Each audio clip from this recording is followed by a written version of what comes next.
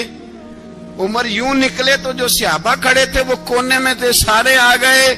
کہا اماں جی کیا بناؤ؟ فرمایا بھائی تم سب جو باتیں کہتے ہو وہ اپنی جگہ ٹھیک ہیں، پر عمر جو بات کرتا ہے وہ سب سے زیادہ ٹھیک ہے۔ عمر جس پہلو پر بات کرتا ہے وہ، یار ایسی عاجزی، ایسا رنگ، ایسا انداز، ایسا طرز حیات، ایسی زندگی۔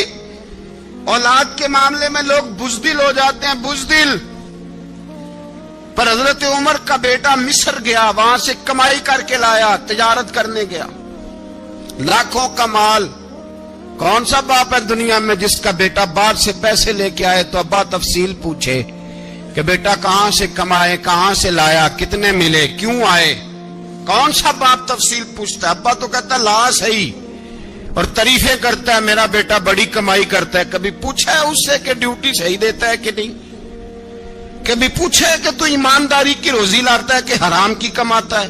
یہ باپ کی ذمہ داری ہے، یہ اماں کی ذمہ داری ہے۔ پھر کہتا ہے بیماری کیسے آ گئی، پریشانی کیسے آ گئی؟ تو نے کبھی سوال کیا اپنی اولاد سے؟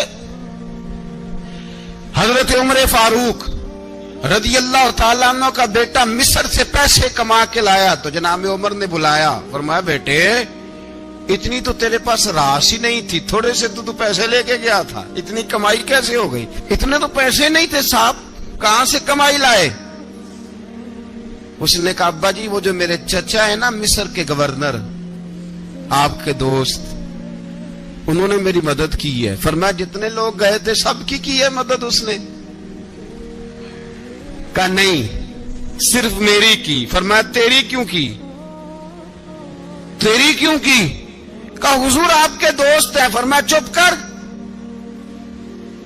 حضور انہوں نے مجھے اتنے پیسے دیے، میں نے کاروبار میں ڈالے تو نفع آیا تو میں ان کی رقم دے کے۔ فرمایا خاموش ہو جا، باقی جتنے لوگ گئے تھے سب کی مدد کی اس نے؟ کہا نہیں حضور صرف میری کی۔ فرمایا اس نے تیری مدد نہیں کی، اس نے خلیفہ کے بیٹے کی مدد کی، اس لیے کہ وہ خلیفہ کو اپنے حق میں نرم کر سکے۔ فرمایا آدھا مال تیرا ہے، آدھا مال غنیمت کا ہے، مال خزانہ کا ہے، مسلمانوں کا ہے، اس لیے کہ تو جو وہاں سے مال کما کے لایا ہے وہ اپنے باپ کے خلیفہ ہونے کی وجہ سے کما کے لایا ہے، لہذا رکھ ادھر۔ یہاں کہتے ہیں کدھر سے آیا، کیسے آیا، کون سا حساب دیں، کیا کریں؟ او بھائی حضرت عمر رضی اللہ تعالیٰ عنہ کا اپنی اولاد کے بارے میں یہ رنگ ہے۔ ایک جنگ سے نا خوشبو آئی، خوشبو بڑی مہنگی ہوتی تھی، عرب میں خوشبو آج بھی بڑی مہنگی ہے، وہ زیادہ استعمال کرتے ہیں۔ میری باتوں کی سمجھ آ رہی ہے میرے بھائی؟ بڑی مہنگی خوشبو تھی۔ جب وہ خوشبو آئی تو حضرت عمر نے کہا، گھر میں پہلے پہنچی حضرت عمر کے، چونکہ زیادہ عورتیں استعمال کرتی تھی گھر کے اندر خوشبو، مرد بھی لگاتے تھے۔ حضرت عمر نے اپنی بیوی سے کہا، آپ کی زوجہ تو تھی وہ بڑی خوشبو کو پسند کرتی تھی۔ حضرت عمر نے اپنی زوجہ سے کہا کہ خوشبو لاؤ، میں نے ایک عورت کی ڈیوٹی لگائی ہے، وہ خوشبو تول تول کے نا تو حصہ برابر صحابہ میں بانٹ دے گی۔ تو آپ کی زوجہ کہنے لگی کسی بیوی کی ڈیوٹی لگانے کی کیا ضرورت تھی، میں جو موجود تھی میں بانٹ دیتی ہوں تول کے بھائی حصہ برابر. آپ نے فرمایا نہیں تو رہنے دے، فلانی بیوی بانٹے گی. کہا حضور میں نے بھی بانٹنی ہے، میرے پہ کچھ حق ہے؟ آپ نے فرمایا نہیں، تو تفصیل نہ پوچھ، تو خوشبو دے دے کوئی اور بانٹے گی. خاتون خانہ تینا کہنے لگی نہیں مجھے بھی آج آپ کو بتانا ہی پڑے گا کہ کوئی جو بانٹ سکتی ہے تو میں کیوں نہیں بانٹ سکتی. زوجہ کہتی عمر نے بات کی تو میری چیخیں نکل گئی. حضرت عمر فرمانے لگے جب تو خوشبو بانٹے گی نا تیرے ہاتھوں کو بھی لگے گی، تیرے دوپٹوں کو بھی لگ جائے گی.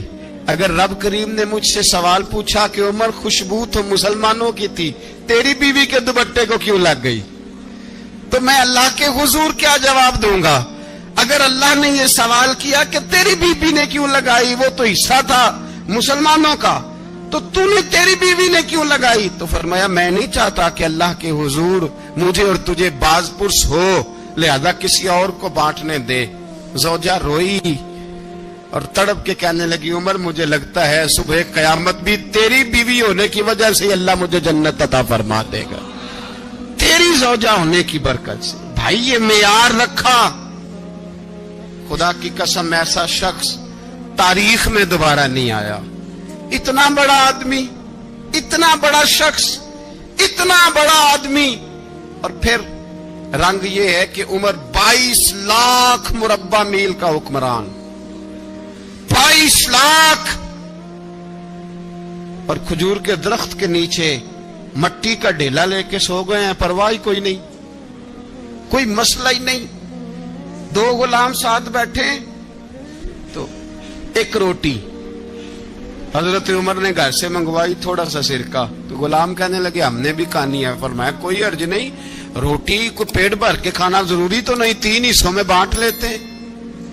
ایک آدمی آیا ہوا تھا مصر کا رہنے والا ملنے کے لیے. اس نے پوچھا عمر کدھر ہے؟ تو کہا وہ ادھر جاؤ مسجد میں بیٹھے ہوں گے. اور واپس آیا تو کہنے لگا وہاں تو 3 غلام بیٹھے ہیں، ایک روٹی بانٹ بانٹ کے کھا رہے ہیں، لگتا ہے کئی دنوں سے روٹی نہیں ملی. کہا 3 غلام تو کوئی نہیں، وہاں 2 ہی تھے، تیسرے تو امیر المومنین تھے. اس نے کہا نہیں نہیں 3 غلام ہیں، کپڑے بھی ایک طرح کے پہنے ہوئے، بلکہ 2 کے تو پھر صحیح ہیں، تیسرے کے تو زیادہ ماڑے ہیں.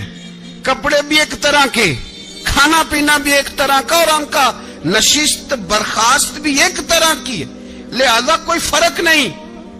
حضرت ابو ہریرہ کہتے ہیں میں لے کے آیا، اور جناب عمر کو جب میں نے کچی زمین میں تامت سمیٹ بیٹھے دیکھا تو میں رو پڑا.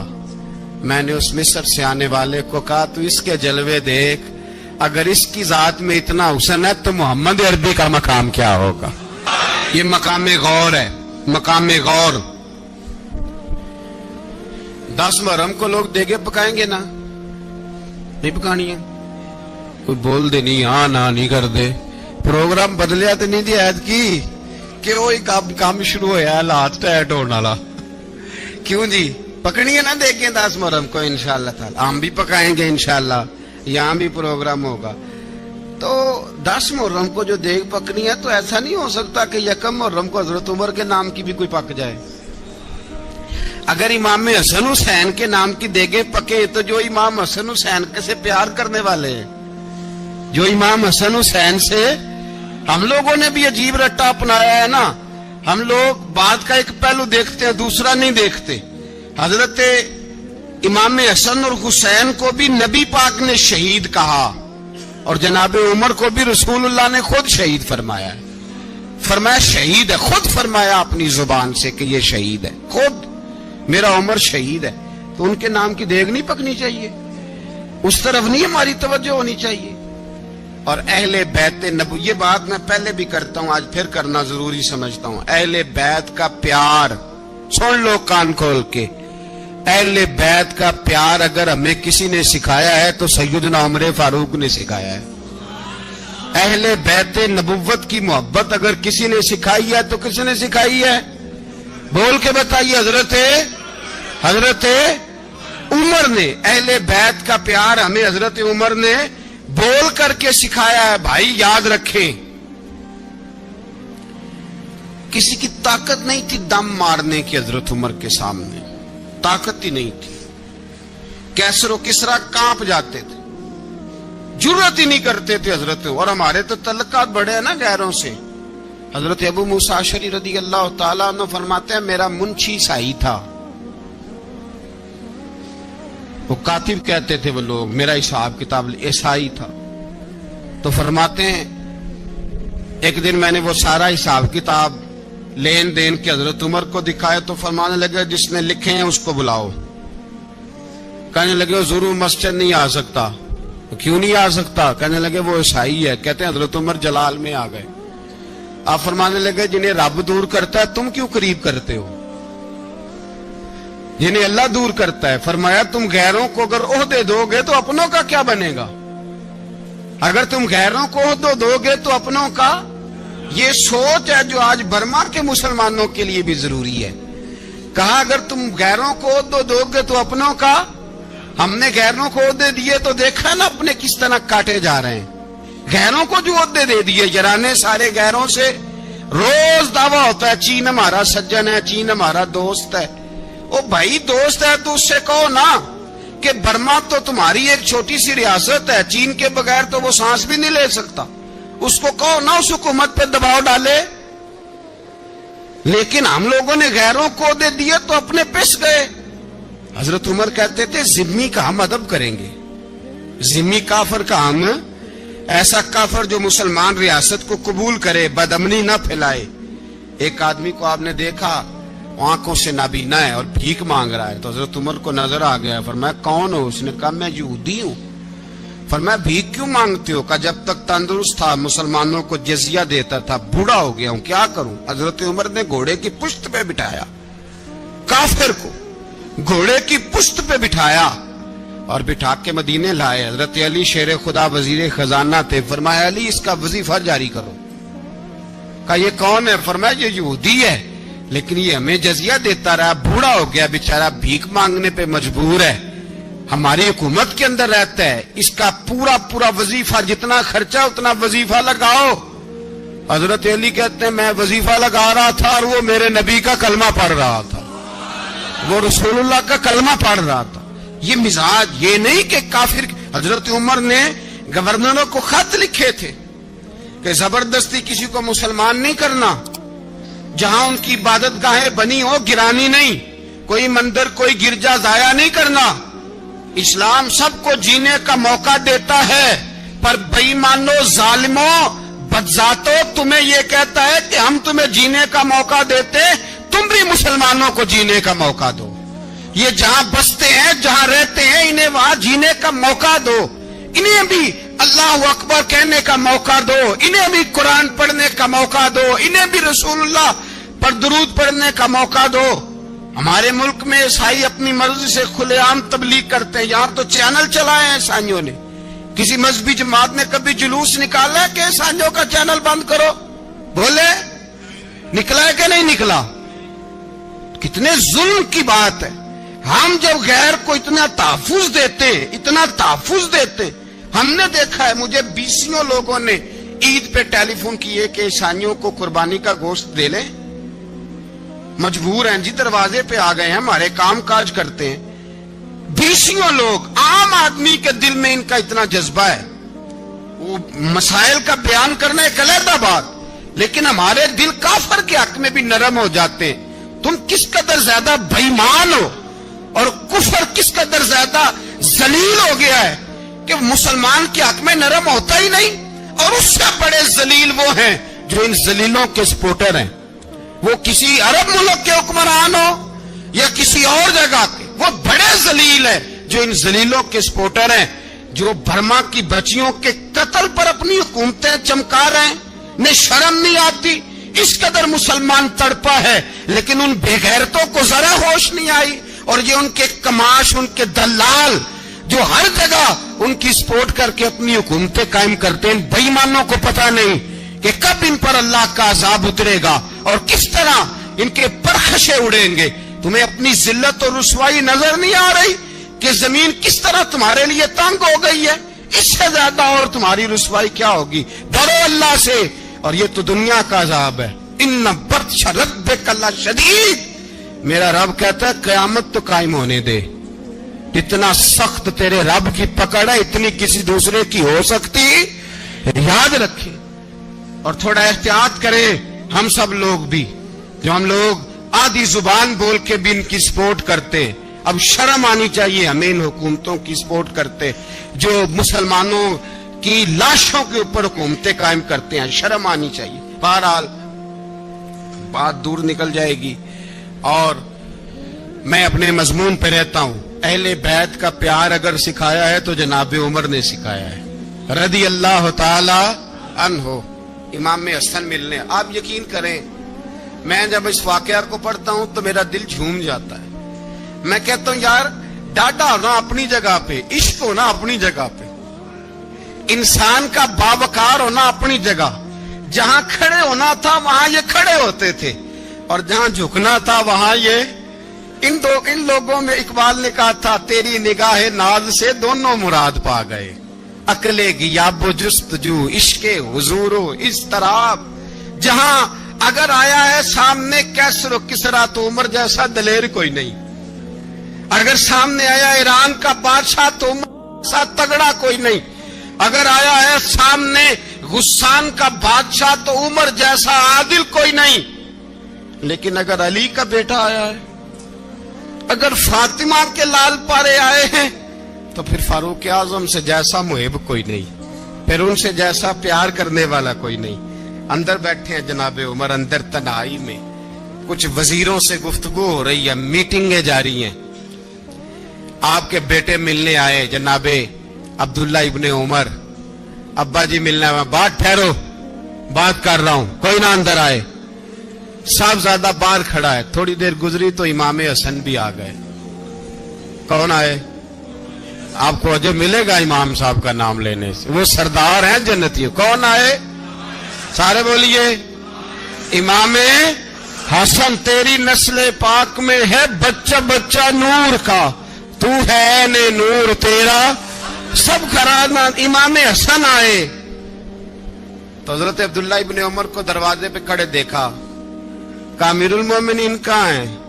کہنے لگے حضرت عمر کے بیٹے، کہنے لگے وہ اندر بیٹھے کچھ میٹنگ ہو رہی ہے اور انہوں نے کہا کوئی اندر نہ آئے، لیکن آپ جانا چاہیں تو چلے جائیں، آپ جانا چاہیں تو، تیری نسل پاک میں ہے بچہ بچہ نور، آپ جانا چاہیں تو چلے جائیں۔ تو انہوں نے کہا جب آپ باہر کھڑے ہیں تو مجھے کوئی اتنا ضروری کام نہیں، اور ابھی زور کی نماز تھوڑی دیر میں ہوگی، میں مسجد میں مل لوں گا امیر المومنین سے۔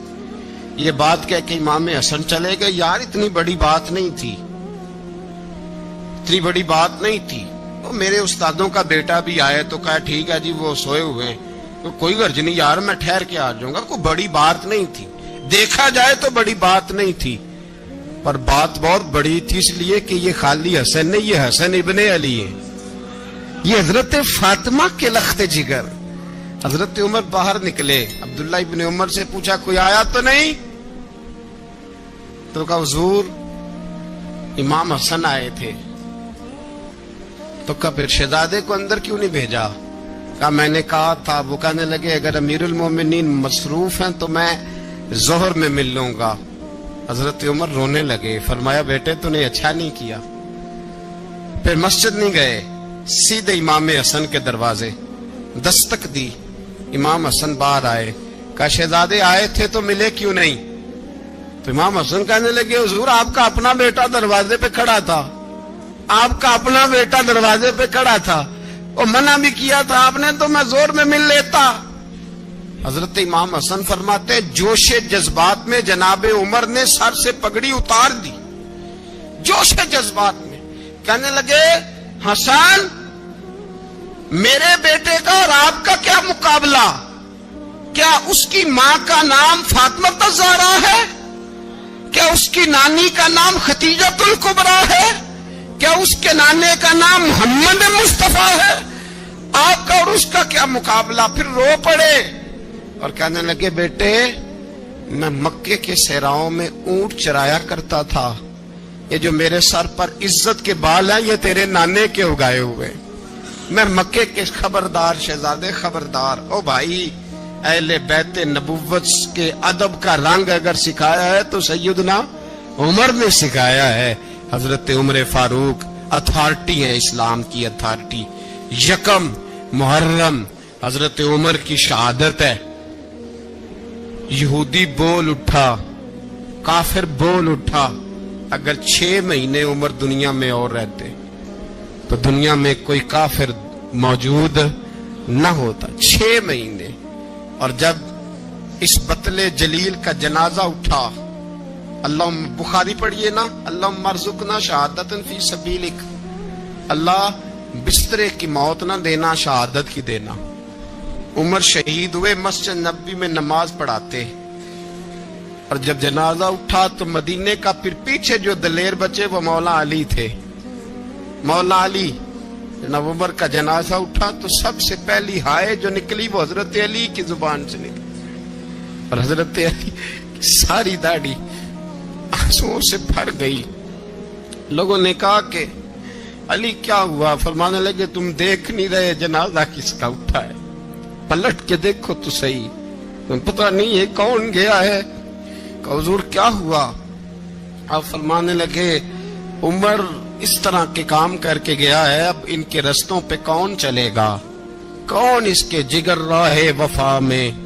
میں نقش ایسے چھوڑ آیا ہوں، میں جس منزل سے گزرا ہوں وہ اب تک یاد کرتی ہے.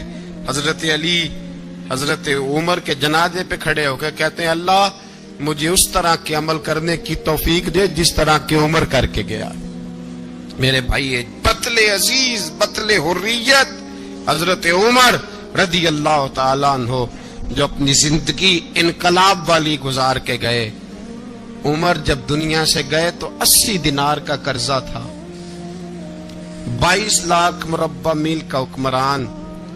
اور اپنے بیٹے سے کہنے لگے بیٹے کوشش کرنا تیرے خاندان والے مل کے میرا قرضہ اتار دے، میری قبر پہ بوجھ نہ رہے. اور اگر خاندان والے مدد نہ کریں تو میرے دوستوں سے بات کرنا، وہ مدد نہ کریں تو پھر علی سے بات کرنا. ان کا پیار آپس میں اتنا، اور تو اختلاف ثابت کر رہا ہے. 80 دینار کا قرضہ چھوڑ کر حضرت عمر دنیا سے گئے، اور جاتی دفعہ کہہ گئے میرے بعد میرے بچوں کو حکومت کے مشورے میں بھی شامل نہ کرنا، حکومت کے مشورے میں بھی میری اولاد شامل نہ ہو. اتنا بڑا شخص اتنا بڑا رنگ دے کے یکم محرم کو جب عمر فاروق کا وصال ہوا تو بیٹے سے کہنے لگی اماں عائشہ سے جا کے کہو میرا بھی نبی پاک کے روزے میں دفن ہونے کو دل کرتا ہے. ایک قبر کی جگہ ہے اماں جی نے اپنے لیے رکھی ہے، بخاری یا بخاری. حضرت عائشہ کے پاس صاحبزادے گئے، کہنے لگے اماں جی عمر کو زخم لگ گیا ہے، حالت بڑی پریشانی والی ہے. وہ کہتے ہیں اگر اماں اجازت دیں. سید عائشہ رو پڑی، فرمانے لگی کہ وہ اپنی قبر کی جگہ تو نہیں نہ کسی کو دیتا، پر عمر نے کمال ہی بڑا کیا. اسے کہو جاؤ گنبد خضرا میں قیامت تک جو مصطفیٰ پہ اور ابو بکر پہ سلام پڑھے گا وہ تجھ پہ بھی سلام پڑھ کے جائے گا. جاؤ میں نے جگہ دی. اعلیٰ حضرت فاضل بریلوی رحمت اللہ علیہ فرماتے وہ عمر جس کے آداب شیدہ شکر، اس خدا دوست حضرت پہ لاکھوں سلام. اس خدا دوست حضرت پہ آپ یقین کریں ممبر پہ بیٹھا ہوں، حضرت عمر کا جب نام لیتا ہوں تو میرے وجود کے رونگٹے کھڑے ہو جاتے ہیں. حضرت عمر کی زندگی جب پڑھتا ہوں تو لگتا ہے خدایا ایسے شخص بھی دنیا میں آئے.